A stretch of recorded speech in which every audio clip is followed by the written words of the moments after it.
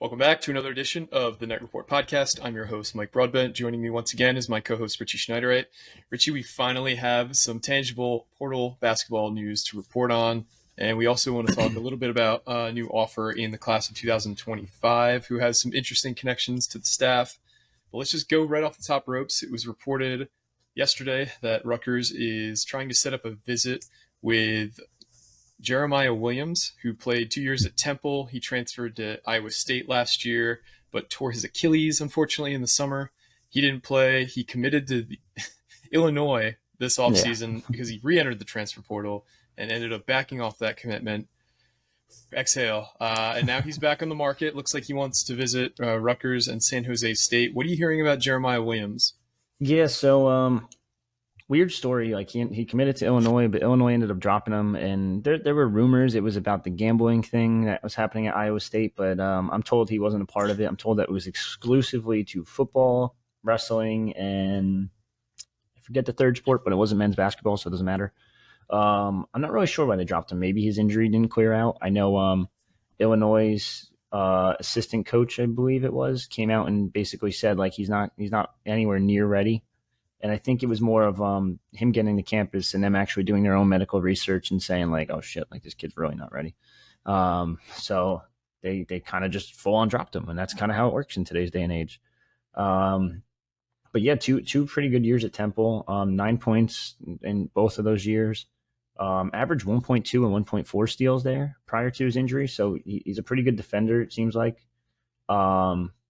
He's tall. I shouldn't say tall. He's a taller guard at 6'5" to around 190, 185. A little skinny, and if you look at his pictures, like he tweeted out recently, he was like, someone said, he's like, yeah, let's see if he's not even working out, plus he's got to get back from injury, and he like quote tweeted it and sent like a picture of before and after, and he looks like he's completely ripped now. So that's only going to help his game, in my opinion. But yeah, he's definitely interested in Rutgers. Rutgers gave him a phone call. Rutgers is interested in him. I know Steve Peichel talked to him on the phone. Nothing's set up officially yet, but it does sound like things are kind of pushing towards that way. And this could be a sneaky good get. I know Illinois obviously wanted him. They let him commit. But I feel like it's just more of them not doing their homework in terms of injury, which like in the NFL, you can get away with like a physical kind of beforehand. In college, you really can't do that. And that's where it gets a little bit more difficult. But yeah, I mean, I think this would be a solid addition for Rutgers if they could pull it out. Yeah, solid, but I'd say unspectacular. Combining the statistical output and the injury, I mean, he averaged in his last season at Temple 9.5 points a game on 42% shooting. He shot 23% from three on 2.5 attempts a game, 63% from the line on 3.5 attempts a game, 3.5 rebounds a game, 4.3 assists per game, 1.5 steals per game. He's not a bad player. He'd be useful, but I think there are a lot of red flags here. Multi-year transfer. He would have 3 years of eligibility if he came here. It's weird because he came in 2021, so he's got that first year wiped out because of COVID. Mm-hmm. He played in 21-22, sat out last year because of the injury. So he's got 3 years of eligibility left, but he's going to be in his fourth year of college, which is fairly common for guys now. I believe, so weird. Strangely enough, yeah. I don't think this is their top target though, and we'll kind of get into that in a bit. Is there anything else on Jeremiah Williams you wanted to touch on? No, he's just he's not really much of a shooter, like you said. Pretty quality passer, pretty good defender, good size that can kind of help him play against those larger lineups in the Big Ten. I say that kind of with a side eye because it's almost like most of these guards are starting to go smaller and smaller. Even Rutgers. Look at Rutgers' guard lineup this year right now. It's Noah Fernandes and Jermichael Davis and Derek Simpson. They're all nowhere near what Paul's height was last year. But no, I mean, I know Pittsburgh also reached out, but I'm not sure how much interest is in there. The Achilles injury is always a fear, but it does sound like he will be ready for the 2023-2024 season. So I wouldn't think it's the worst scenario in the world, but I mean, it would add another ball handler, and it kind of just goes in hand with what we've heard, that Rutgers wants a two guard to slot next to Noah Fernandes as a starter, and Derek Simpson would be the first lead guy off the bench. So yeah, that's kind of all I got. We'll wait and see what happens with this one. It's a little weird of a situation, some red tape with the second transfer and all that too. So just kind of a waiting game for Williams. Yeah. But speaking of Williams, there is another Williams that Rutgers is showing interest in who is actually on campus right now. This is a kid who we're breaking news on. I think Richie just posted it to the board, so it's a dual breaking news situation. Tell us about the kid who's on campus right now, Richie. Yeah, see, now if you're not on the message board, you're missing out. But Mm-hmm. we'll just start with that. But Austin Williams is a three-time transfer. Technically, he started out at Marist, played 2 seasons there, then ended up transfer. Actually, let's rewind a little bit. Seton Hall prep kid, New Jersey guy. Then went to Marist out of high school. I think it was his loan offer. Had some good years at Marist, and then transferred over to Hartford. And this was back in the day where you had to transfer and sit out for a year. So he sat out the 2019-2020 season. So mind you, there were 2 seasons done with eligibility. Third season doesn't count. Or third season was a sit-out transfer. Fourth season doesn't count because of COVID. Fifth season he played at Hartford last year. Sixth season 2 years ago. Or 2 years ago. And then he transferred to FIU this past season, got injured, missed the season. So we're talking year 6 now. He's entering year 7 of college basketball. So it's definitely a weird transfer per se, but he also averaged 14 points per game and 16 points per game in those last 2 years at Hartford, was the AEC tournament MVP, all AEC first team in multiple years, all AEC tournament team, obviously, in 2021. But this is a really good offensive player. Now, he can't shoot the 3 that well, but he can drive to the rim and score at will. This would be the perfect 2-guard complement, and next to Fernandes, maybe I'm using the term perfect loosely a little bit, but he would be a really good fit as you get another scorer, another really good guard. Mind you, he hasn't played in a year because he was injured last season, but this is still a pretty good one because he's also a pretty good rebounder as well. Averaged 5.2 rebounds 2 years ago, along with 16.1 points, 1.3 steals. He's a good defender. Also, pretty good vision. He's got 3.5 assists per game 2 seasons ago. I keep saying that because, like you just said, he did miss last season at FIU due to an injury. But I would assume they're not going to really bust his balls too much about a third transfer because not only did he sit out one transfer, he's also missed last season to injury, and then on top of that, it's year 7, dude. Just give the kid whatever he wants. Let him play wherever. Yep. But yeah, no, this is an interesting kid between playing at Hartford, playing at Marist. Marist has former Rutgers assistant coach Dilip Bhatia still as an assistant. He's been there since Austin was first there as director of basketball ops, and now he's there still as an assistant coach. So there's a little bit of a connection there. He's a Rutgers grad. Worked for Eddie Jordan a couple years ago, if some of you might remember. I think he was director of basketball ops here at Rutgers and then got promoted to assistant coach after someone left. But yeah, no, Austin Williams would be a perfect guard as long as he's healthy, which it sounds like he's healthy. And like you said, he's on campus, so this could be locked up quickly. So put some more color behind it. Apparently, he was coming off of a knee injury sometime in the offseason before last year. He had knee surgery. He was expected to miss some time early in the season for FIU, and I think it just kind of prolonged during the season, and he never quite got to where he felt comfortable playing. And so he never actually played last year for FIU because of a knee injury that he was recovering from. But it sounds like, from what you said, he's 100% now. This is a kid who just stuffed the stat line in his last year at Hartford. His last 2 years. His 2 years he played at Hartford, 16 points a game, 5 rebounds a game, 3 assists a game. He shot 62% from the line. Like you said, he wasn't like the best 3-point shooter, but he wasn't absolutely terrible either. He shot 31% from 3, 50% from the field on high volume, which I thought was impressive. Shooting 12 shots a game, hitting 50% of them, 56% from 3 as well. If you watch his game, he's got the ability to kind of get to the rim fairly easily. He doesn't have crazy hops, but he does have a pretty good, I wouldn't say post, but he's able to back guys down pretty easily. Now, will you be able to do that in the Big Ten? Probably not as easily as he is in the AEC, but this is a guy who's a very polished offensive basketball player. He's experienced. This will be his 7th year of college. which is just crazy on the face of it. But he's a mature guy. He's seen a lot. Like you said, he was the AEC tournament MVP in 2020, 2021. So I really like this pickup, or potential pickup. And it sounds like the staff is pretty confident on landing him, right? Yeah, it sounds like I don't want to say it's a lock 100%, but it does sound like they have a pretty good shot. Mind you, I'm just looking at some of his better opponents that he's played. They took on Baylor, I believe it was, in the NCAA tournament back in, when the hell was this? Back in 2020, March 2021, and he ended up dropping 19 on them. 7 of 14, 2 of 6 from 3. 19, 7, 3, and 2. Like, those are some pretty damn good numbers against a Baylor team that has been notably pretty well, a pretty good coach team over the past couple seasons. So I think that was their only tournament game, I believe. But the fact that he helped lead Hartford to the tournament is pretty huge. Other than that, like, I know people are going to be like NEC to what do you call it, to the Big Ten. Like, that doesn't work so easily. Like, yeah, cool, you average 16 there. You're not going to do that there or at Rutgers. And it's like, come on, dude. Like, Kwasi Yeboah did it very easily. Mind you, he was a 3-point specialist, but in basketball, it's so much easier to transfer up and be successful.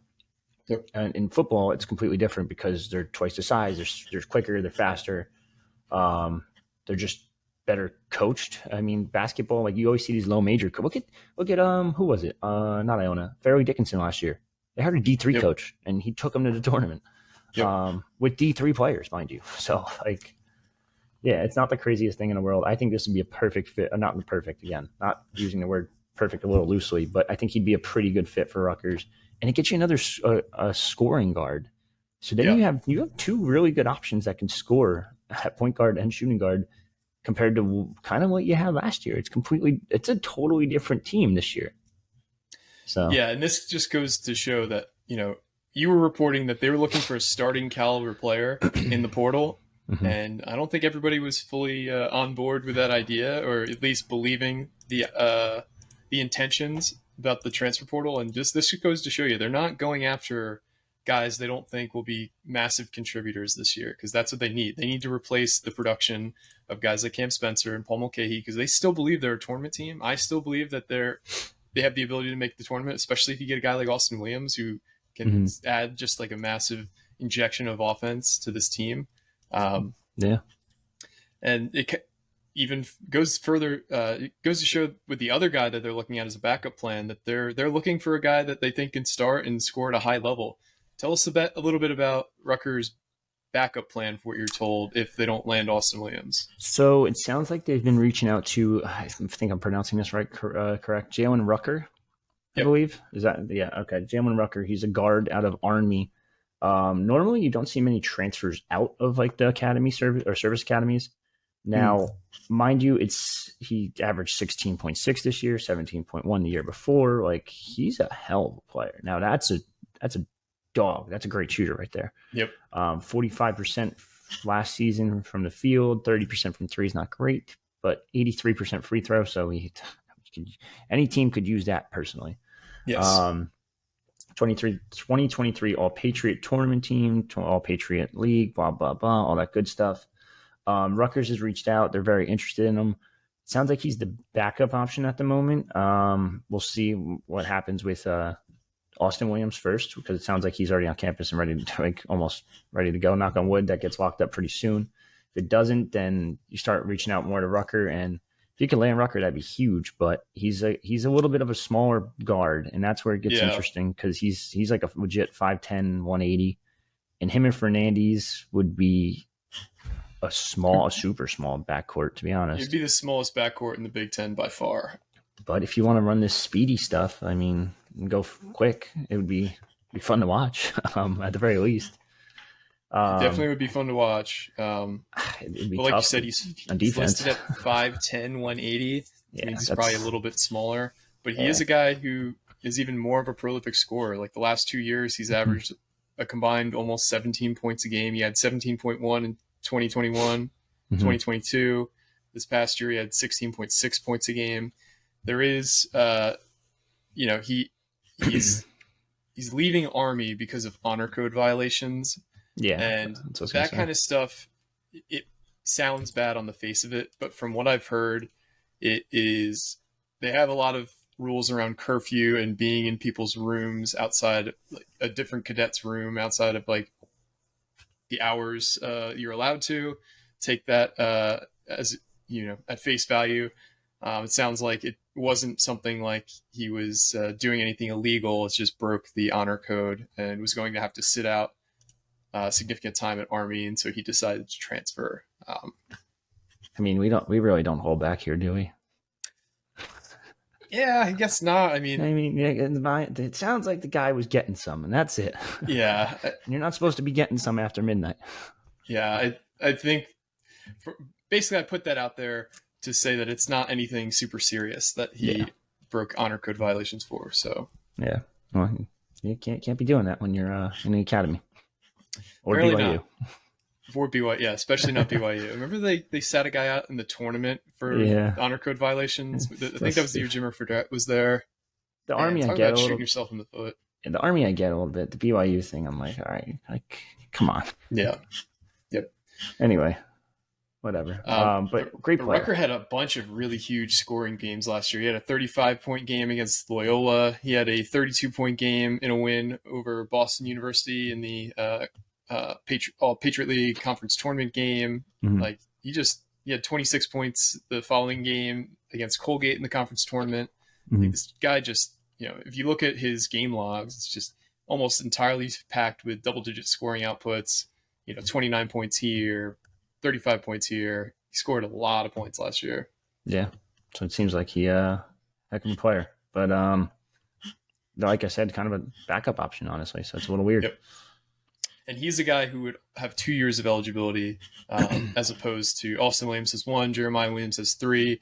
Those are all things the staff needs to weigh as well, because you got to keep that scholarship open for that long if you're gonna take somebody on. Yeah, that is true. He's a good player, though.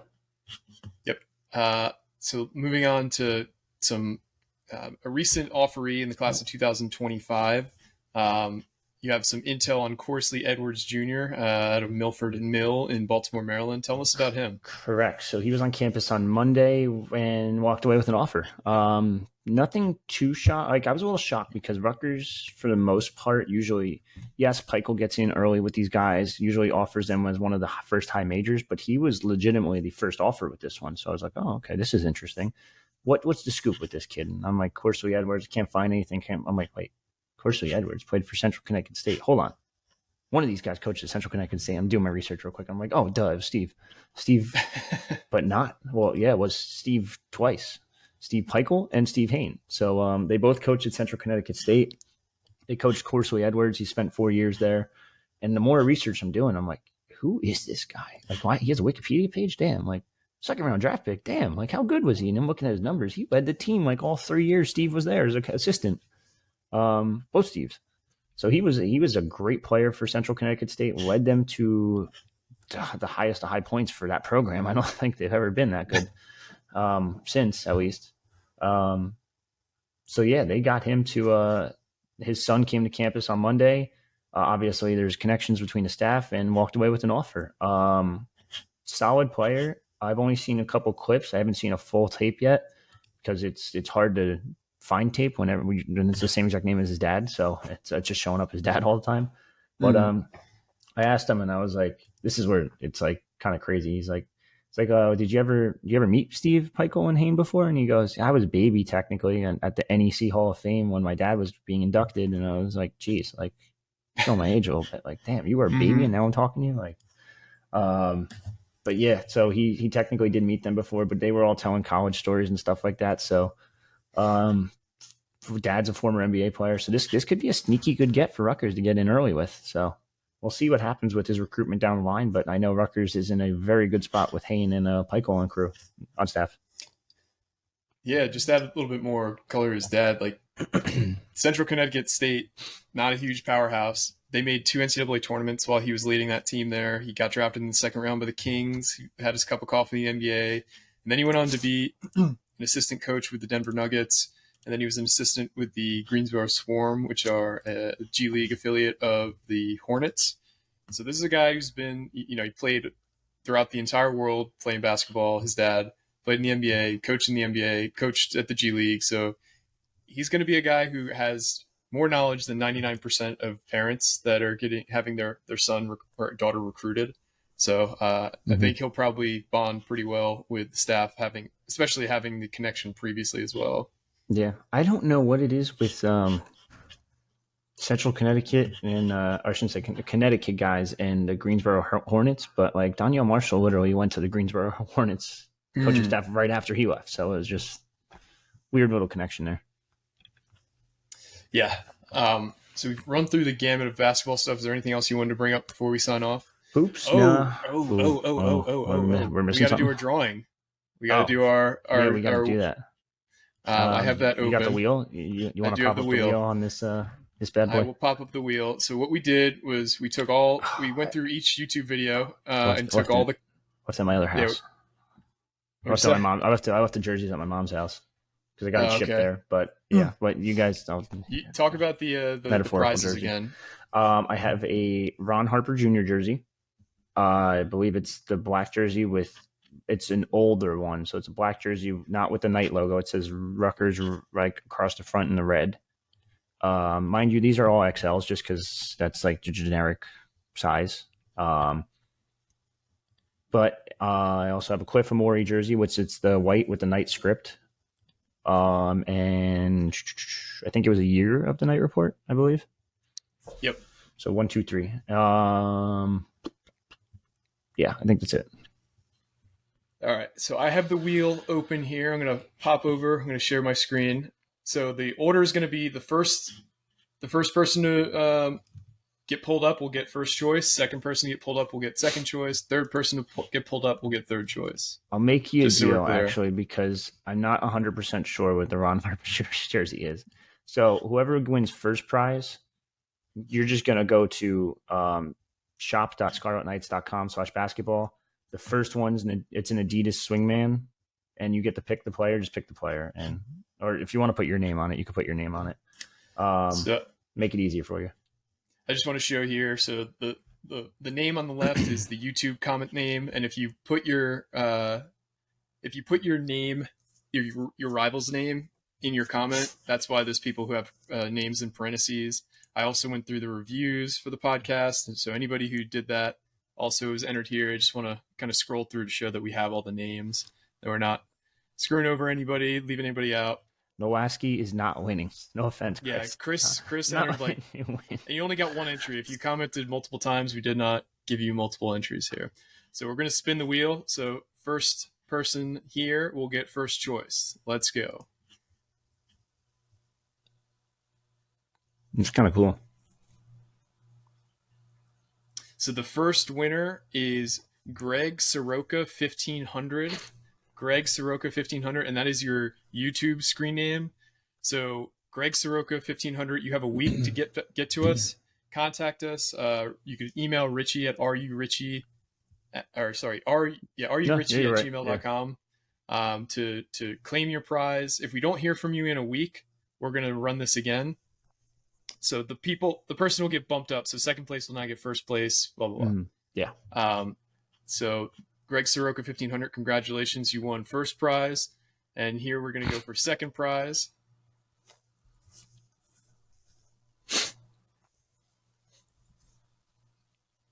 Tony C 9461. That is your YouTube screen name. Congratulations. You have won second prize. Tony C 9461. So again, if you're listening to this, Tony C, shoot Richie an email at rurichie@gmail.com. Jesus. So you won second prize. Third prize. Nowaski.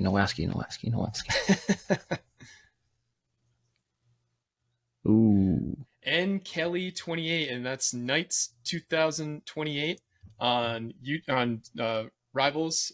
N Kelly 28 on YouTube. nkelly28/Knights 2028. You are the third prize winner. Reach out to Richie and he will set you up with your subscription. But I think that's it. That's all three. And if any of these people don't work out, we will rerun the drawing next week But you guys have 1 week from today. Today is Wednesday the 29th. So if we don't hear from you by July the 5th, we're going to rerun this. So that is the prize drawings. Thanks for everybody who entered. Thanks to Richie for putting these prizes up. I'm going to stop my share now. Now that we've gotten that out of the way, is there anything else that you want to talk about before we sign off? Yes. So I'm gonna pop up something a couple of things. Number one, Corey Duff decides later tonight. It sounds like it's all Rutgers all the way. We obviously future casted him last week. I will not be going to Long Island. Got him on. I got stuff ready to go. Yeah, no, dude, I can't do a 5-hour trip. I can't do it in the car. I'd rather fly at that point, and I'm not flying to Long Island.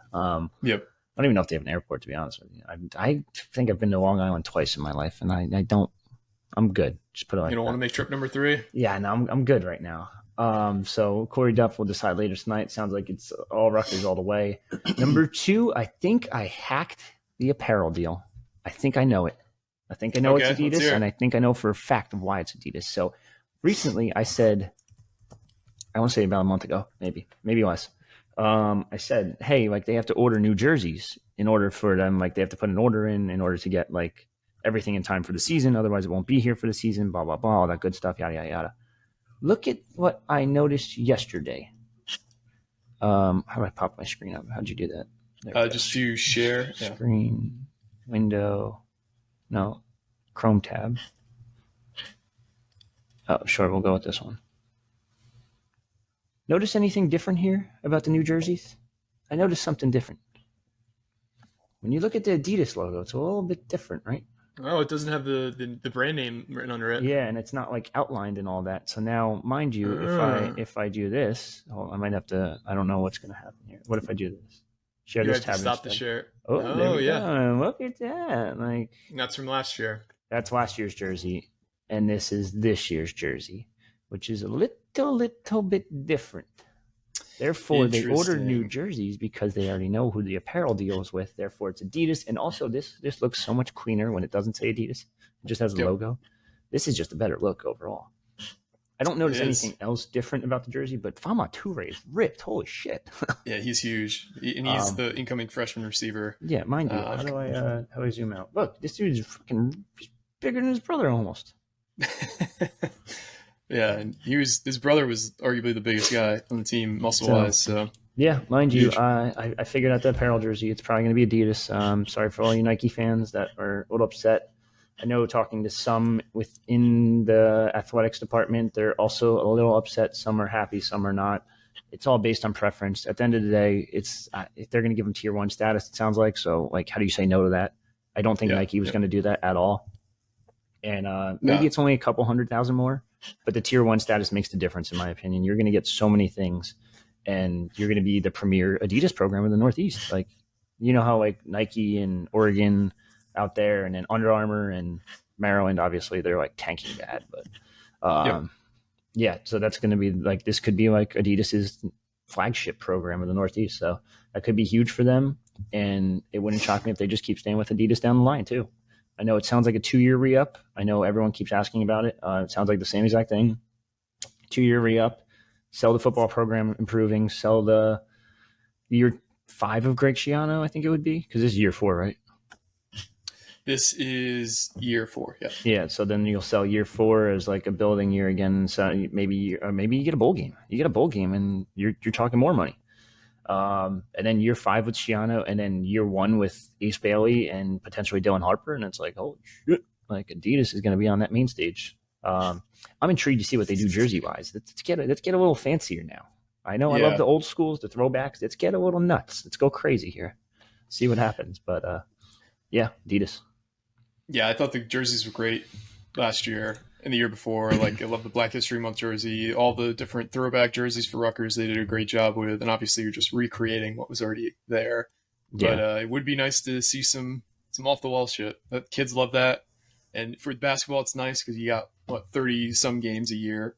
Whatever. You have, like, the NBA does this too with the city jerseys and, like, the, the crazy designs. Like, having like a couple games with like really off the wall jerseys, even though they kind of look weird, like the kids love that. So Yeah, see now I'm gonna share my screen real quick one more time, just because I loved this jersey. I thought it was awesome, but I don't feel like they haven't brought it back in a while. Like, bring this one yeah, back. that was cool. I I think that thought was the Black History Month from 2 years ago. is that what? 3 years You're ago. right. The Harlem Yeah. Renaissance. That was a cool one. Yep. And then I actually really like this one too. I thought the floral Yeah, that design one was really neat. great. Like, Yep. the gray, they don't incorporate gray enough. Like, throw it in there. Yep. I know it's not one of the main three colors, but get a little nuts. Go do something insane. I don't know. Yeah. Make it different.